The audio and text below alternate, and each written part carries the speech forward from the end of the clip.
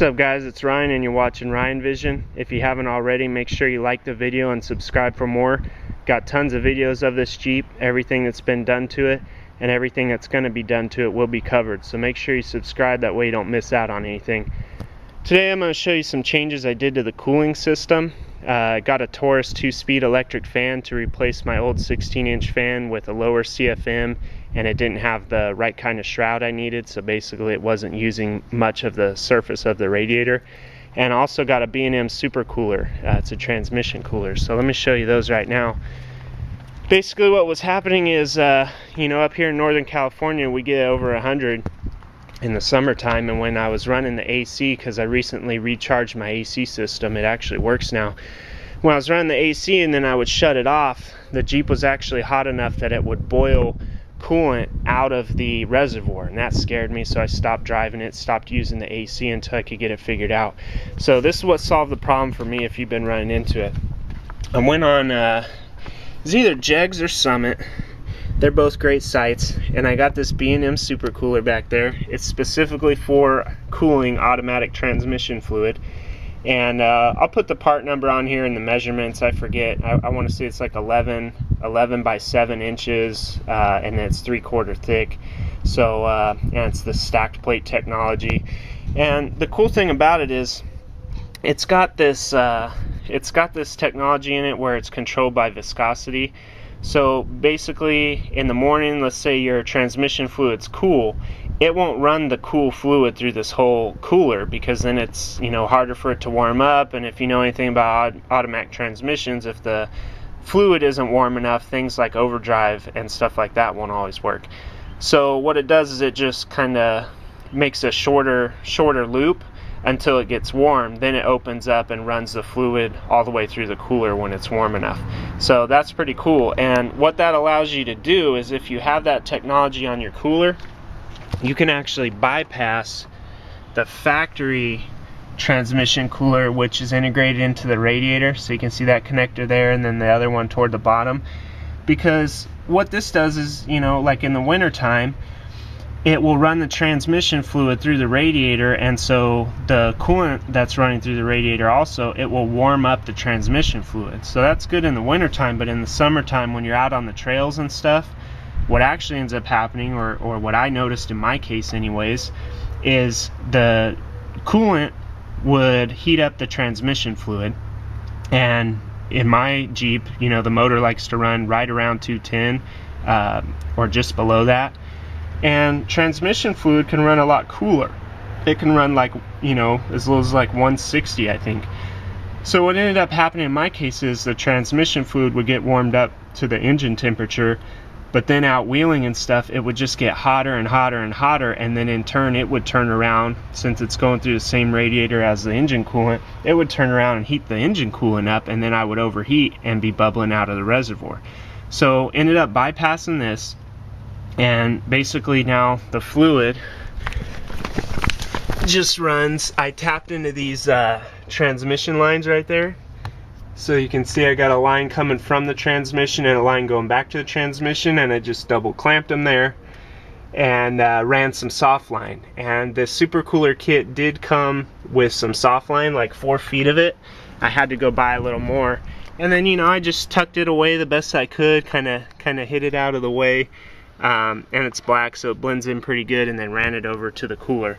So now the radiator doesn't have any hot transmission fluid going through it at all, and it's been working out great. I noticed some temperature decrease on the motor just doing that mod alone, but that wasn't enough, because what I had was just a round, you've probably seen it in the other videos, just your standard round 16-inch electric fan.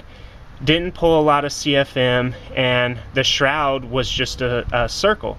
And so if you looked at this thing with just that little fan on there, you could tell it only covered maybe 40% of the radiator. And you know, the way these fans work, you need a shroud, because that's what directs the air through the fins of the radiator. You really got to have a shroud. So this Taurus fan, it's out of a 1990 through 1995 3.8 liter Ford Taurus, and I think like Mercury Sable and a Lincoln Mark 8 or something like that. So you can get these in the junkyard. I went ahead and just ordered one brand new off of eBay for like 80 bucks and had it shipped out to me, and it's perfect. I mean, it's like the perfect width for the ZJ 5.2 radiator. You can see it goes all the way to the edge on this side, and I've got one of those zip ties going through the radiator and the condenser to hold it in place up on this side. Then comes all the way across, and it fits so perfect that it actually has a plastic lip going underneath this little bevel in the radiator. So I couldn't be happier. I basically slid it in on this side and then zip tied it on the other side. And let me get underneath here. I've also got another zip tie down here. So I'm running a zip tie on the bottom left and then the upper right side to hold it in place. And I mean, it's on there. I mean, it doesn't move at all. When I grab it and shake it, it doesn't move at all. So wheeling's not going to be a problem. And then I left this factory bracket here because it just takes some stress off the zip ties. It doesn't let the shroud come down any lower. And you can see I've got some exposed fins on the bottom and some exposed fins on the top, but it's a lot better than it was. It's covering, you know, now, who knows, 90% or more of the radiator. So it's a huge improvement. The only thing I trimmed off is right here. They had a little plastic bracket there that was hitting on my radiator, and it wasn't letting the shroud sit flush on the fins, which is what you want. So you can see down here now it's sitting perfectly flush. So I did trim that off, and that was it. I just used wire cutters. Actually, it was real easy. I didn't even have to fire at the Dremel. So you can see I've got another slot for a zip tie. I just only had 2 zip ties, so I got one up there. I got another slot. I'll run a zip tie through there just for safety's sake. And this is very temporary wiring setup because right now I just have the low speed hooked up. So I ran a ground, and then I ran power directly from the battery to figure out which was low speed and which was high speed. So far I'm only running low speed, and I haven't needed high speed, so we'll see. But I am going to tuck these wires away. This is kind of embarrassing. It's just temporary. But I have to say, even the way they are right now, I mean, they're tucked up good. You know, they're not going to get hit by anything. I'm not going to leave this exposed wire, that's for sure. So I'll get this all squared away. And so basically what's controlling it is, since I already had an electric fan on here, I had this little relay. And this is kind of a mess too. One of these days I'll rewire this. It had a 25 amp fuse in it. It's a 40 amp relay. I bumped it up to a 30 amp fuse just in case. Because the thing is, low speed on these fans you can run with a 30 or 40 amp relay. But high speed's a little trickier because it pulls a lot of amperage, and especially if you try to start it to high speed from a dead stop. The trick is you want to get it going on low speed first, then switch to high speed while also shutting off the low speed so you don't burn the motor up. So there's relays and stuff online for like 80 bucks, 100 bucks that will, if you just hook them up, basically they'll control the fan automatically. You know, the low will come on at 185, the high will come on at like 210 or whatever it is. But you know, it's a lot of money. I already had this right here. I didn't want to pay the same amount I paid for the fan just for the wiring when I already had it. So my thinking was, I'll try running just low speed and see what happens. And so far, this thing is adjustable. Right here, you turn this little screw.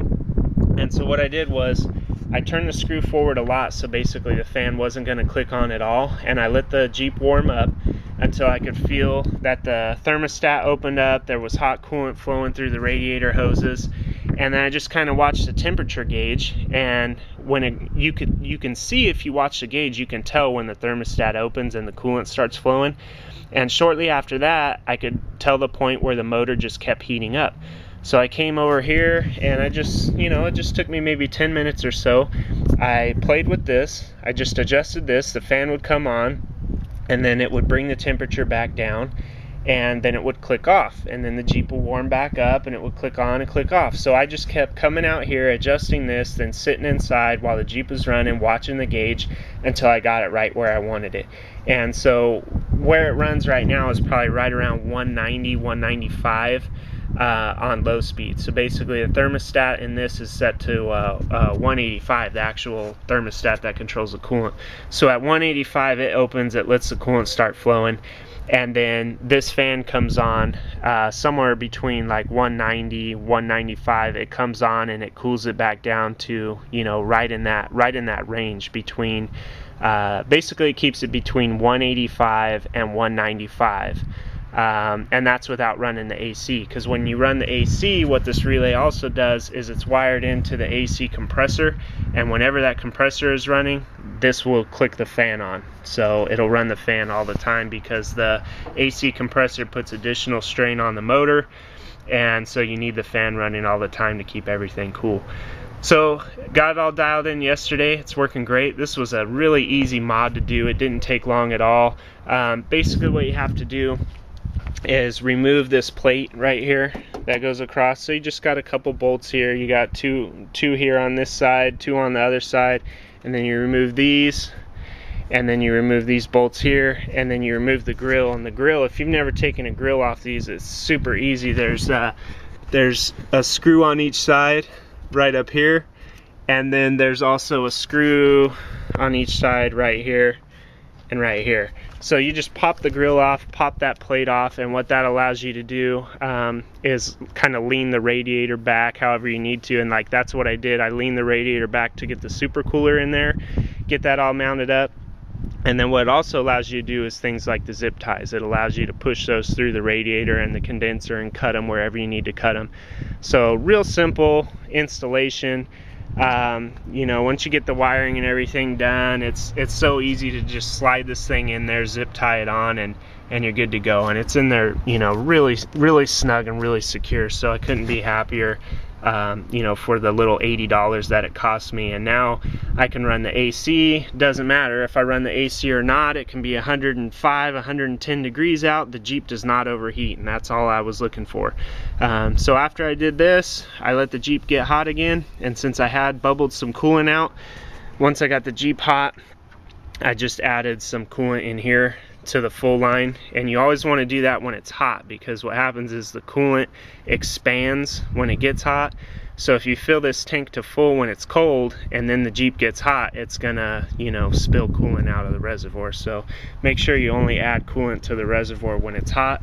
And also make sure anytime you have to do anything related to coolant, like you put a new radiator in or a thermostat, whatever, and you had to drain and fill the coolant, make sure you get all the air out of the system, because you can tell on this the radiator cap is not the highest point, so any air will probably end up in your upper radiator hose. So a good thing to do is start it up with the radiator cap off when it's cold. Don't open this cap when it's hot. Start it when it's cold, and you can add fluid to the radiator to make sure there's no air in the radiator, and then you can squeeze on the hose to try to push any air bubbles out. Another trick I learned is you can pull up the front end on an incline so that the cap is the highest point, and then you can burp any air out through the cap. Another really important thing dealing with summer heat and everything, make sure you get a new radiator cap. It's really cheap, and like this one I think used I want to say 18 pound. It could be a 18, yeah, this is an 18 pound. And so make sure you get the right pressure setting for your cap, because this is what controls, you know, this is the line that goes over to the reservoir and allows coolant to move back and forth between the reservoir and the radiator. So if this isn't working correctly, you can run into some overheating issues as well. So the other bad thing is they can leak, and you know, you can risk getting burned or just making a mess in the engine compartment. So make sure your coolant is nice and clean, you know, make sure it's nice and clean green or orange, whatever color you're using, and don't use regular water in it. That causes all sorts of problems. You know, so just make sure your cooling system's running good. Make sure you got a fan that's actually covering some fins on your radiator. And depending where you live, you might want to bypass this transcooler and get yourself a B&M Supercooler for your automatic transmission. So that's it for today, guys. Thanks for watching Ryan Vision. Make sure you like, make sure you subscribe, and we'll see you next time.